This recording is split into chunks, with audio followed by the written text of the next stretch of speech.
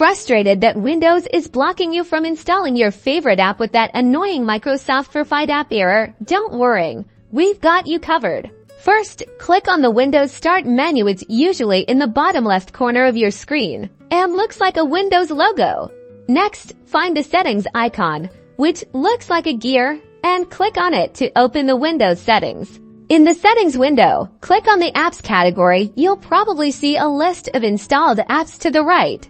Now, on the left-hand side of the screen, locate Apps and Features and click on it. Then, look for a drop-down menu labeled something like Choose Where to Get Apps. Click on that drop-down menu. By default, it's probably set to the Microsoft Store only. Recommended change this setting to Anywhere. This will allow you to install apps from any source, not just the Microsoft Store.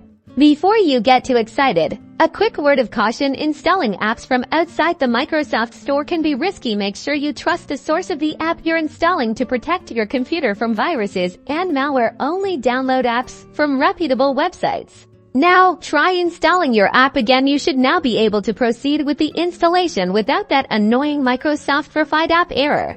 And there you have it. You've successfully bypassed the Microsoft Verified app restriction and installed your desired application. Remember to be careful when installing apps from unknown sources and stay safe. If you found this video helpful, give it a like and subscribe for more Windows troubleshooting tips. Thanks for watching.